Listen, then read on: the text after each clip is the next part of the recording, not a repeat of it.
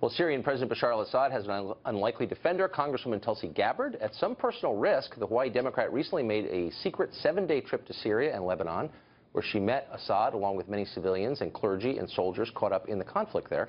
When she came back, she denounced the previous administration's efforts to depose Assad as both illegal and harmful to the Syrian people and American interests. What did she see there? Congresswoman Gabbard is with us tonight. Congresswoman, thanks a lot for joining us. Thank you very much. So you met with Assad. Not many people can say that.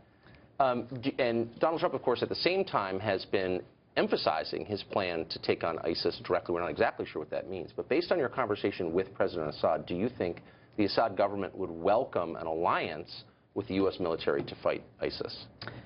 First of all, in your intro, I just want to make a correction. I'm not a defender of Assad. I didn't go to Syria to meet with Assad. It was not even part of the plan initially. I went there to visit with the Syrian people, to share the care, the love, and the aloha that the people of our country have for them, and to see the situation on the ground for myself.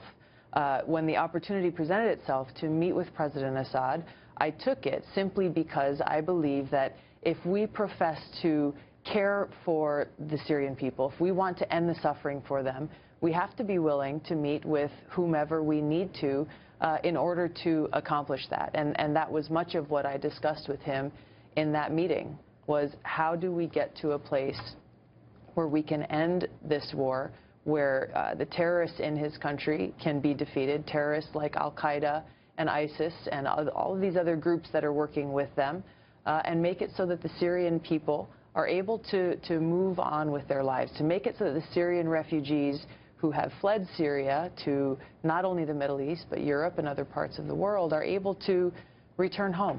So, I mean, but what do you say about U.S. policy? I mean, you spoke to him again. Not many people have done that recently. Is he open to some sort of alliance with the United States, assuming the Trump administration is open to that as well? What did Assad say to you? I think he is looking for what our president, new president, Donald Trump, would see as a shared interest with him, with Syria.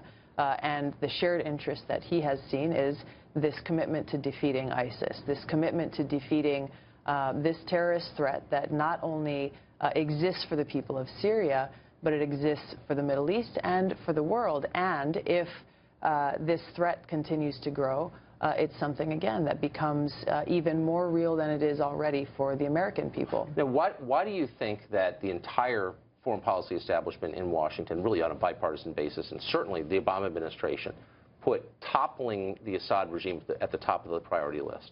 You know, it's unfortunate, but it continues a track record of foreign policy decisions that the United States has made, even in the recent past, beginning with Iraq, in toppling the Saddam Hussein, with Libya, in toppling Gaddafi, and now in Syria, to topple What's the thinking behind it? I mean, you've thought about this. Why Assad? I mean, it's not a defense of Assad or his brutality, it's this idea that the why United States should be the world's police, and that the United States should say, okay, here's a bad guy, we're going to go and topple this bad guy, without thinking through what the consequences of those decisions are. What would they be if Assad were toppled? And it looks less likely every day, but let's say that happened. Who would lead Syria, do you think? This is the key question, Tucker, is the reality on the ground is that the strongest force are groups like al-Nusra, which is Al-Qaeda, are groups like ISIS.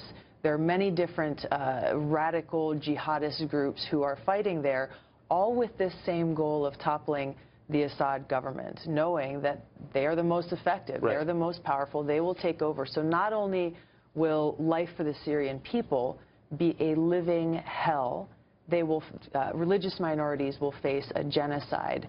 They will pose a great threat to the region and a great threat to the world. And you have some video. I think your husband may have shot this while you're over there. And in one clip, I want to show you interview a Christian clergyman in Syria, of course, as an ancient Christian community. And this is his view. He's actually in Aleppo. In Aleppo? Yes. Wow. Okay, here it is. We are not having rebels. We have terrorists. All who are modern people who think in the terms of this age are targeted by them. They want this country to be bad. They want us not to be improved and developed as a community. And their plan is to have an Islamic state in this country. And they didn't read the history. They didn't know that Christianity was spread out from this country, from Antioch. Interesting. It's a complicated story there, but the Christian community does seem on one side of it. If you want to see more of that, unfortunately we're out of time, but go to our Facebook page. We're going to put that up. How long is it? It's about 5 minutes long, and this reverend is talking about this rubble behind him is actually his church. Yep. That was completely destroyed. I just want to say really quick, the call that I heard from the Syrian people was for the United States to stop arming these terrorists, to stop providing this support, and that is exactly what my legislation does. The Stop Arming Terrorists bill will make it so that we are no longer fueling and providing support to militias and groups who are working directly with al-Qaeda in Syria to try to overthrow this government, resulting in strengthening al-Qaeda and increasing the suffering of the Syrian people. It's horrific. And killing a lot of Christians. Sounds reasonable. Thank you, Congressman. Good Thank you, to see Tucker.